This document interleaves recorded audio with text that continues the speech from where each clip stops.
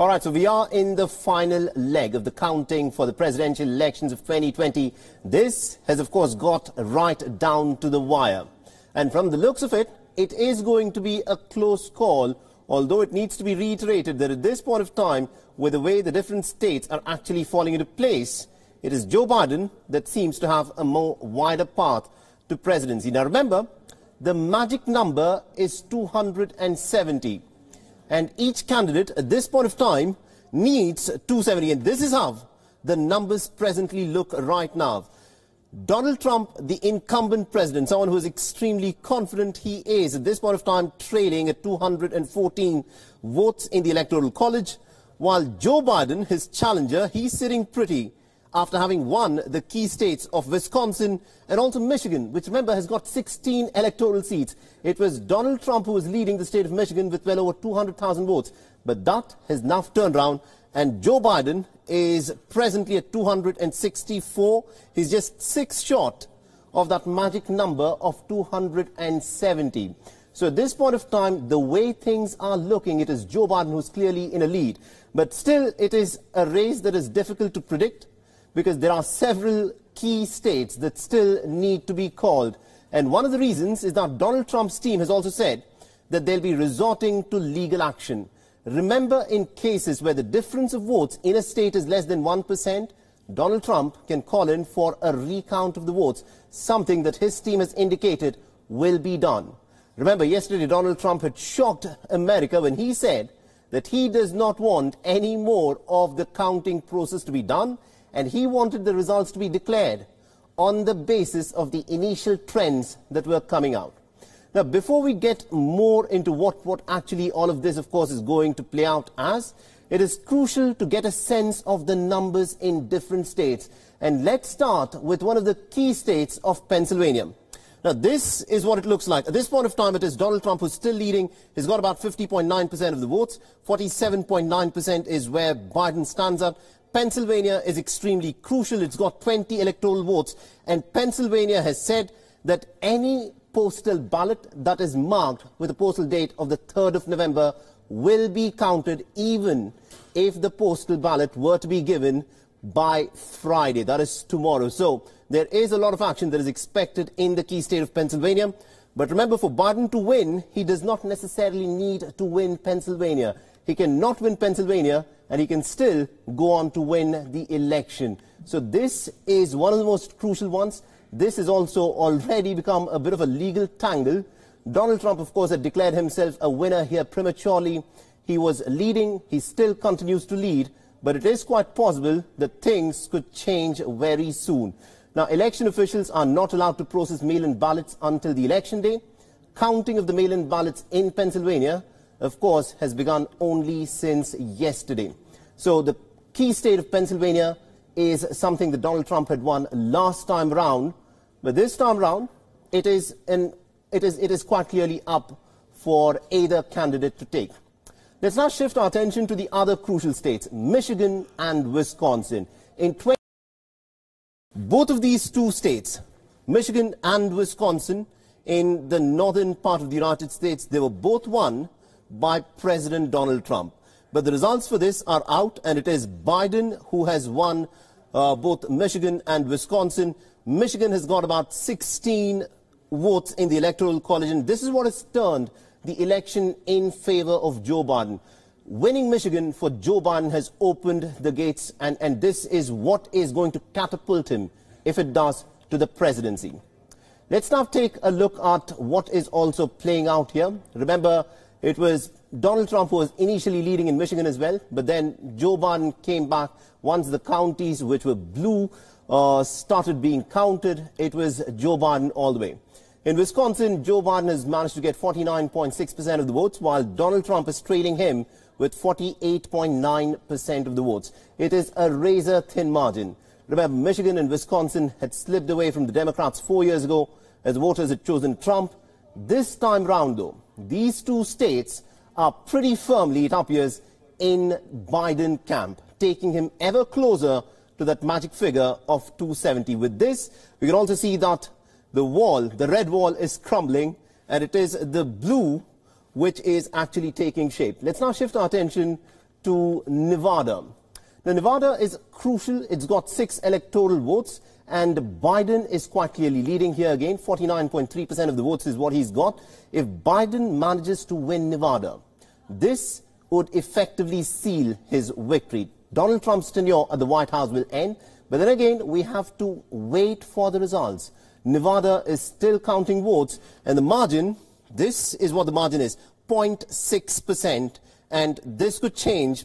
But what they are now saying is a lot of the votes that still need to be counted are essentially mail-in ballots, and mail-in ballots, it's all going Joe Biden's way. Now, every election has its challenges, but this one was particularly one of the most unpredictable ones, and was also an extremely divisive one. Now, like the previous election, states this time around are dealing with an avalanche of mail-in ballots, and the reason why that has happened is because of the COVID-19 pandemic. Many people have asked for their votes to be done through mail-in ballots. Over 100 million people had already voted even before the election day began. That is 74% of the total votes that had been cast in the year 2016, and that appears to be the decisive factor in the 2020 presidential elections. Meanwhile, the 2020 presidential elections is a battle that is being fought not just in terms of getting support. There are many twists and turns, and it does not appear as if it's going to end anytime soon. Joe Biden, remember, is inching closer to that magic number of 270 electoral votes that he needs. But at this point of time, this is what Donald Trump's camp is looking at. They're planning to take the matter to the court. Now, Donald Trump has quite clearly stated that this election, the way the counting has been done, is a case of fraud. He's decided to question the credibility of the voters, and he's now seeking legal action to determine as to who will finally get a chance to be in the White House for 4 years. The latest turn of events raises a crucial question. Will there be a peaceful transition of power? The Democrats and the Republicans are, of course, gearing up for a possible legal showdown, and it now remains to be seen as to how far Donald Trump and his team are willing to take this matter further, questioning the electoral process of the United States. I don't know if this is going on any other place, but it is going on with enough frequency in Wisconsin that we've brought suit, and now we'll have to look into 3 other places. What it says to me is this is a concerted effort of the crooks that run the Democrat Party. And you know these big city machines are crooked. This is fraud. This is absolute fraud. We've seen it in Philadelphia before. They're trying to make a mockery of the election of this country. My father is up by almost 500,000 votes in this state, with 86% reported, and plenty of red counties left to go. Plenty of red counties left to go. We're going to win Pennsylvania, but they're trying to cheat us out of it because they know it's their only path to victory. All right, so let's actually take a look as to what has led us to this situation. The legal problems stem from the fact that the COVID-19 pandemic changed the very dynamic of the election, and this happened in many ways.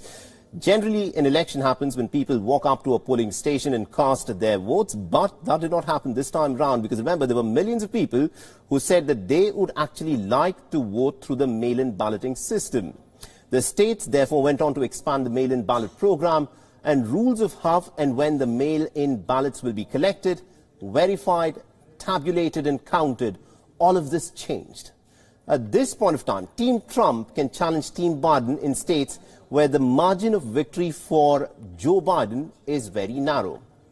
The Trump campaign has already filed lawsuits in at least about 3 battleground states. This is in Pennsylvania. Counting is presently underway, and Pennsylvania is a very crucial state. It's got about 20 seats in the Electoral College. Michigan, the state that has been called for Joe Biden, that has got 16 states. It was Donald Trump who was leading there. It is Joe Biden who seems to have that state in his kitty. Georgia is another very crucial one. The new filings demand for a better access for campaign observers to locations where the ballots are being processed and counted. The Trump campaign is also seeking to intervene in the state of Pennsylvania as well. It deals with where the ballots received up to 3 days after Election Day can be counted. Remember, this is what is happening in Pennsylvania. A mail-in ballot that will be received tomorrow on Friday will still be accounted for and will be counted as a part of the election process. Now, the governor of Pennsylvania has condemned Donald Trump. He has said that the lawsuit is actually just plain wrong and goes against the very basic principles of American democracy. Our election officials at the state and local levels should be free to do their jobs without fear, without intimidation, without attacks. These attempts to subvert the democratic process are simply disgraceful. Let me be clear. In Pennsylvania, every vote is going to count. I'm going to fight like hell to protect the vote of every Pennsylvanian. I'm going to do everything in my power to make sure that every vote counts. Our goal is to ensure, again, we're being transparent, but also fully accurate, and that the public, you all, can trust the results of the results as an accurate reflection of the will of the people. Now, importantly, as we go through this counting, as the counting is completed, boards at the county and state levels that are also comprised of people from both parties will then review the procedures and counts of the entire elections before the results are certified as official. A lawsuit has also been filed in Georgia against the counting of ballots that arrived late. The Trump campaign is demanding for a recount of votes in Wisconsin as well. Now remember, Wisconsin is another very crucial state. This has again been called in for Joe Biden. And Trump's team is alleging that there are irregularities that have been reported, or at least that is what they find, in terms of vote counting reported from several counties. Let's now shift our attention to some other stories now, where after 3 years of officially announcing it, the United States has officially withdrawn from the Paris Climate Agreement. Now, the United Nations regulations has refused to let Trump withdraw from the accord back in 2017. The Paris deal had been drafted in the year 2015 to strengthen the global response to the threat of climate change, and it came into force in the November of 2016. Now, the Paris Climate Accord aims to keep the global temperature rise well below 2 degrees Celsius till the year 2050. And it also seeks to pursue efforts to limit the temperature increase to a further goal of about 1.5 degrees Celsius. Now, 55 countries are a part of this accord, and they are expected to take stock of the progress that has been made every 5 years to assess the collective inputs by each nation. The future of America's climate change policy hangs on the basis of the election outcome. President Donald Trump and Democrat challenger Joe Biden, who at this point of time is quite clearly leading in the race, undoubtedly have got completely different visions as to where America needs to go for the Paris Climate Accord. Biden has called climate change an existential threat to humanity. He took to Twitter saying that the Biden administration, when it comes into effect, will immediately rejoin the Paris Accord. But even if he were to win the White House, his plan to invest trillions of dollars towards making the United States of America a greener nation will face a deeply divided Congress. While the electoral map appears to be tilting in favor of Biden, it seems that the GOP will retain control of the Senate, and this will of course make it extremely hard for the Biden administration to shepherd a comprehensive climate bill through the upper chamber of the Parliament in the United States. If the Senate remains Republican, it's quite possible that it could. Any legislation will need the consent of the Senate Majority Leader Mitch McConnell, who is said to be extremely close to the incumbent President Donald Trump. The Republican Senate leader from the coal mining state of Kentucky has a long history of opposing any federal action on climate. And nonetheless, the uncertain election outcome does not change the scientific reality of rising temperatures. The burning of fossil fuels and also other human activity continues to warm the earth at a pretty alarming rate. The United States could miss its own Paris Accord commitments to lower the carbon emissions to 26 to 28%, below the 2005 levels by the year 2025. Now, according to a report, the country is on track to cut its emissions between 20 to 27%, depending on how quickly the economy actually recovers from the pandemic. But it will need to cut emissions by about 43% over the next decade to be on track to reach the net zero emissions by the year 2050. This is a goal that the European Union, Japan, South Korea and other nations have set in a push to slow the world's warming.